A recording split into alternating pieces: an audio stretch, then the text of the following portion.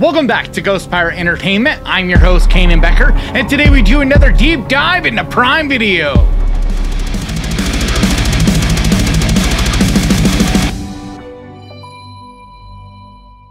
And let's get to the list.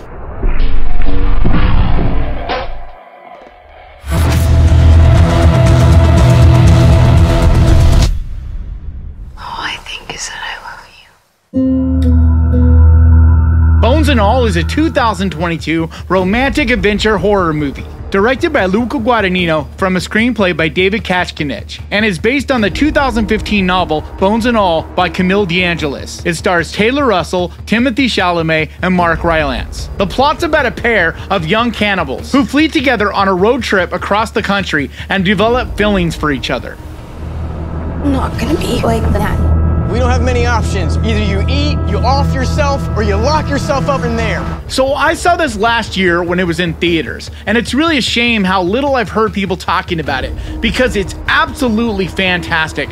It's so well done, well written. The directing and pacing as well as acting in this are about as good as you're gonna find. And the cinematography and the way this film is shot is just gorgeous. Yes, it is a horror movie, but it's so much more than that. It's very much a drama, impactful thriller on top of being very gruesome and brutal at times. Because it's a complicated movie that I think will really surprise you with just how many layers it has. So if this is one you have yet to see, I think you definitely should. This is one that I highly recommend.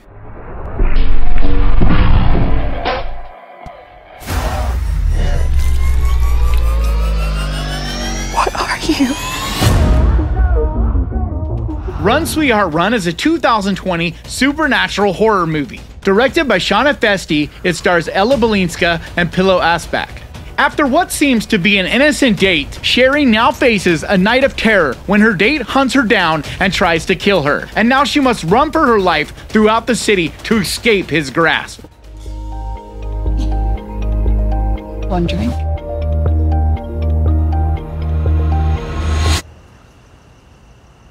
I've mentioned this a few times now on the channel because it's one that just really surprised me. It's one I had so much fun with, and yet still not enough people are checking this out because it's got all those elements that I really enjoy in a weird, creepy horror movie. It has gore, it has humor, it's surprising, it takes all these different strange twists. It's just a weird, quirky movie as well, and I just really enjoy the performances from both stars in this. They're just fantastic in this. But this isn't anything serious, and it probably won't scare you. It definitely has its creepiness and its weird, uncomfortable scenes. But for the most part, it's just a great time, and one that I think you'll definitely have fun with. Shoot it, man! Baby! Best speed up! Get higher, baby, and don't ever come down! Cocaine Bear is a 2023 comedy horror movie. Directed by Elizabeth Banks and written by Jimmy Warden. It is loosely based on the story of the Cocaine Bear, an American black bear that ingested nearly 75 pounds of lost cocaine and died shortly after. It stars Kerry Russell, O'Shea Jackson Jr., and Christian Convery. An oddball group of cops, criminals, tourists, and teens converge on a Georgia forest where a huge black bear goes on a murderous rampage after unintentionally ingesting cocaine. We have such good luck in nature. So this movie is such a blast. I've seen a few people recently mention that they just didn't ever give this a shot because they thought it would just be too cheesy, too stupid, and not really anything that they would have fun with. Because if you're someone that's a huge horror fan but doesn't really enjoy when comedy gets involved in your horror movies, then it may not be for you. I know I love comedies when they have horror elements in them, and this is definitely a comedy first. It does have horror elements, it does have gore and all of that, but it's all very tongue-in-cheek. None of it's meant to scare you, none of it's meant to freak you out. It's just meant to have a good time with. But if you're looking for something to just eat your popcorn, relax, and have some laughs with, this is a fantastic pick.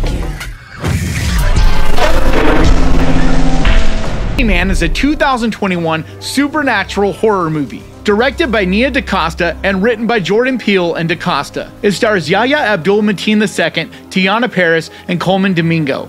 For decades, the housing projects of Cabrini Green have been terrorized by a ghost story about a supernatural, hook-handed killer. And when an artist begins to explore the history of the Candyman, he becomes obsessed and slowly starts to lose his sanity. I've been a defender of this movie since it was released because I don't understand all the hate and why it didn't do better at the box office in general. Now, I in no way am trying to say this is a perfect film, but a lot of the arguments I've seen have been ridiculous. Because if you're gonna go forward with this franchise, you can't go back to Tony Todd as the Candyman.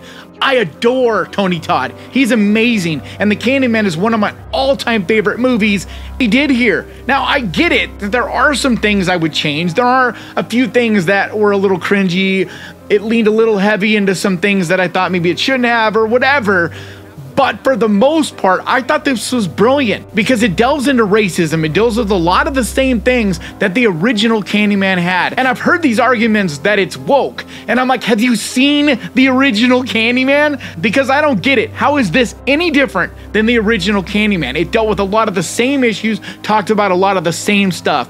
I thought this was refreshing and unique and did a lot of things different than other franchises that have been doing this soft reboot, this requel thing of late. On top of that, I think Nia DaCosta did an amazing job of directing this movie, and I also keep hearing a lot of people say this is a Jordan Peele movie. It's not. It was only co-written by him. Nia DaCosta really did the majority of this. This really is her baby. The acting was also fantastic in this, and the cinematography and creative ways that this was shot using animation, this like stop motion animation at times, just so creative in so many different ways. I just hate that I have to defend this movie and that it just didn't really get a fair shake in my opinion. So if you're someone out there that just bought into all the bullshit and didn't give this movie a chance because you heard it wasn't good or whatever you heard, give it a shot yourself. Make up your own mind. I'm not saying take my word for it. Just give it a shot because there's so much talent, creativity, and passion put on the screen in this. I think it absolutely is worth checking out.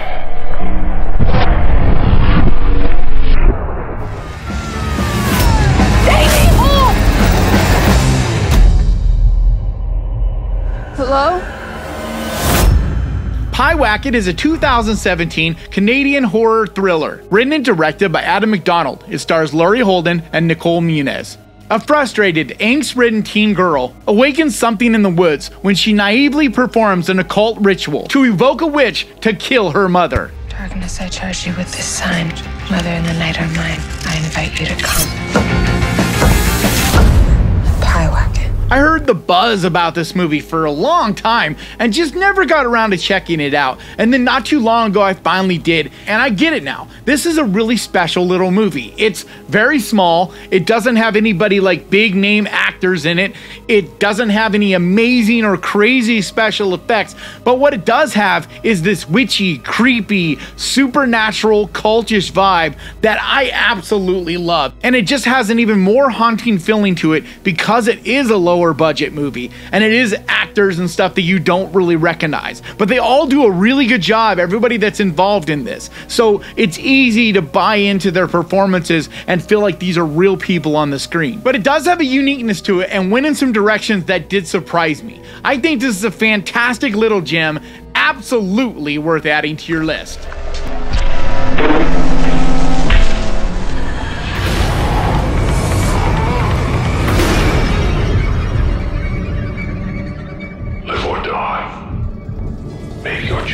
Saw is a 2004 crime drama horror movie, directed by James Wan in his directorial debut, and was written by Lee Winnell. It stars Tobin Bell, Carrie Elwes, and Danny Glover. Two strangers awaken in a room with no recollection on how they got there, and soon discover they're pawns in a deadly game, perpetrated by a notorious serial killer. Hello, Adam. Dr. Gordon. I want to play a game. So the reason that this is on the list is I am assuming the majority of you have seen it, but just a reminder, Saw 10 or Saw X is coming out just around the corner in just a month or so, and I am so excited for it. It looks like it's going back to its roots, like it's coming back to this movie. It's gonna do that kind of look, that kind of style, that kind of grittiness that this movie did that made the Saw franchise so special. And it's kind of got away from it. The last few sequels, especially like the last 3 of them or so, just really didn't do it for me.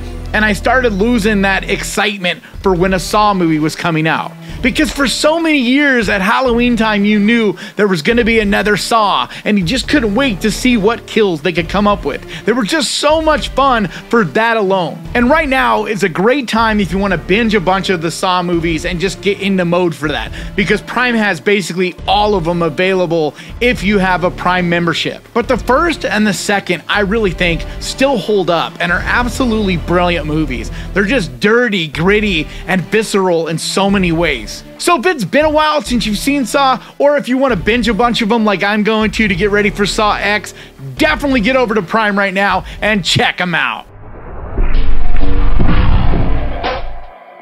If she attacks him, he becomes like her. I just get a little confused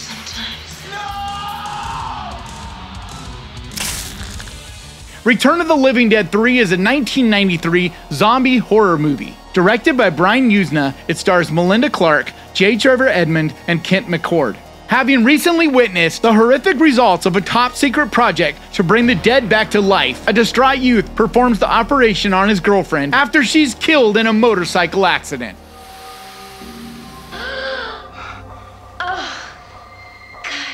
That was incredible. Let's do it again.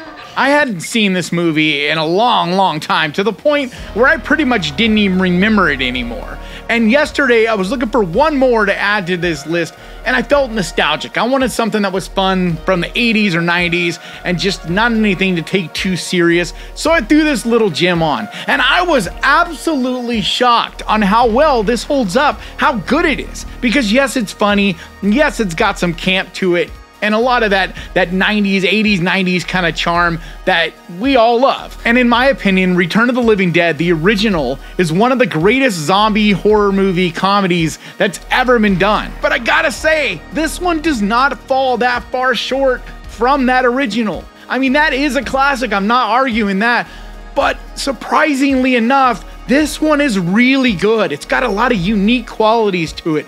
It's really well shot and performed. The special effects, I love practical effects from the 80s and 90s. And the ones that are done in this, for the most part, are fantastic. There are a few that are a little bit like, a little cringy, take you out of it a little. But for the most part, I was really surprised on how quality and how well done this movie is. I honestly think this is one of those cases like with what happened with The Exorcist, where the first one is phenomenal, the second one though was so disappointing and just garbage that nobody really hung around to watch the third. And this is that kind of situation again, because I don't hear very many people talk about this. And I'm telling you, this one is so good. It's so much better than the second one for sure. And like I said, it's not quite as good as the original, but it's definitely up there and a lot of fun. So if you've never seen this, I think this is a fantastic pick.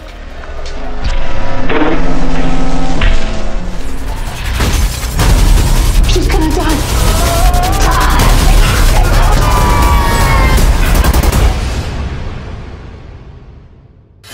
The Taking of Deborah Logan is a 2014 supernatural horror movie. Directed by Adam Robitel in his directorial debut, it stars Jill Larson, Anne Ramsey, and Michelle Ng. An elderly woman battling Alzheimer's disease agrees to let a film crew document her condition, but they soon discover something more sinister than they ever could have imagined. This is not normal sleepwalking. You should come see this. It's not good, Doc. This is such a surprising movie. It has gotten some buzz over the years, but I think unfortunately because of the name, because there's so many different, the taking of or the possession of kind of titles of movies that they just kind of all get mixed together. I know that it even confuses me. I sometimes think I've seen one that I haven't and vice versa. It's very frustrating. I wish that people would think more about the titles they use. And I know it sometimes is an algorithm thing, a way to kind of guarantee you're going to get some buzz or get a few eyeballs because it is recognizable to something else. I don't know. I think it's a cheap ploy, and I think it's really not a smart idea. Because in a case like this, it really cuts the legs out from underneath it. Because this movie deserved a lot more attention, and to this day still deserves more attention and more love. Because the cast is phenomenal. Everybody in this just is really incredible, really impressive with the performances. And the creepy, moody, supernatural vibe that just feels heavy and uncomfortable and gets more and more unnerving and evil as it goes. This is a captivating, creative little film that really is worth checking out.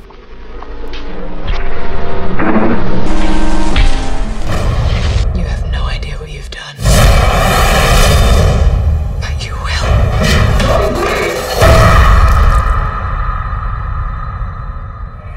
The Lazarus Effect is a 2015 sci-fi horror movie. Directed by David Gelb, it stars Mark Duplass, Olivia Wilde, and Donald Glover. A group of medical researchers discover a way to bring back the dead, but the experiment soon goes horribly wrong. You're talking about bringing someone back from the dead.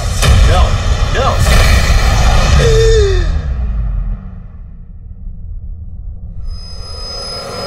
This is another one of those movies that I just never understand why more people don't see them, talk about them, appreciate them, because is this like a game changer? No, but it has a fantastic cast. It's really well shot, put together. There's real money put in here, solid special effects. It's creepy and uncomfortable. I love sci-fi horror movies like this, where it's an experiment goes wrong and you just don't know how sideways it's gonna go or what ultimately is gonna happen. But it gets creepy and disturbing with some fun visuals and lots of suspense. I think this one is a lot of fun and absolutely one I recommend.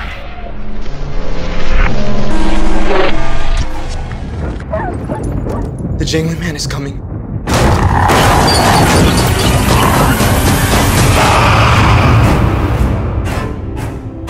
Scary Stories to Tell in the Dark is a 2019 supernatural horror movie. Directed by Andre Overdahl and based on the children's book series of the same name by Alvin Schwartz. It stars Zoe Colletti, Michael Garza, and Gabriel Rush. On Halloween night in 1968, Stella and her two friends meet a mysterious drifter and uncover a mysterious notebook of stories. What's that? It's a book of scary stories.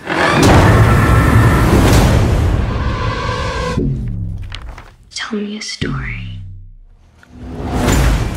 So this is another one that I'm defending on this list. It's one that I think there were too many high expectations for. People expected way too much out of it because they grew up with it.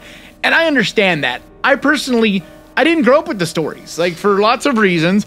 I never read them. To this day, I still haven't really read them. And so I just watched this and enjoy it for what it was, for it just being a fun gateway kind of horror movie that is PG-13, so it doesn't quite go hard into these things, but it goes hard enough that I thought it was a spooky good time. This one especially, I think, is a great one for the Halloween season. And as we get closer, I'm gonna start dropping these little picks here and there on each list for Halloween movies because I just can't help myself. We're only a few weeks away before I fully go into, setting up Halloween lights and just diving right into it. But I still can't help but when I see one like this that I just feel the spooky vibes from, throwing it on this list. So if you're like me and you can't wait anymore to start doing some fun Halloween stuff, this is one you can watch with the kids or really anyone, as long as they're not too young. That might scare them, but for the most part, this is a good one for the family, a gateway kind of horror movie. I don't have kids though, and I still enjoy it. Either way, I think it's a great pick to relax to this weekend. So do yourself a favor, grab your popcorn and your candy, and enjoy!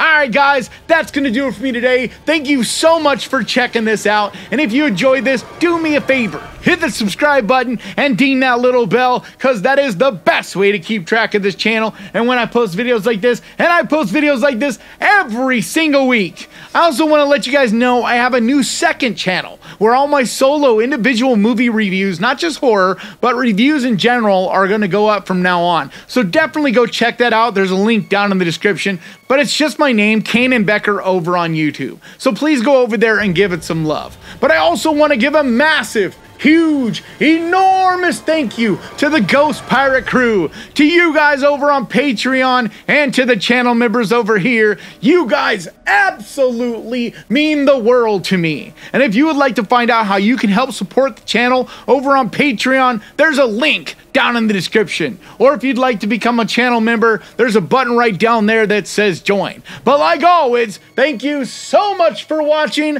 Please crush that like button. And remember, guys, horror can be fun. If you enjoyed this, check out my most recent review on my second channel. And I'll see you guys next time.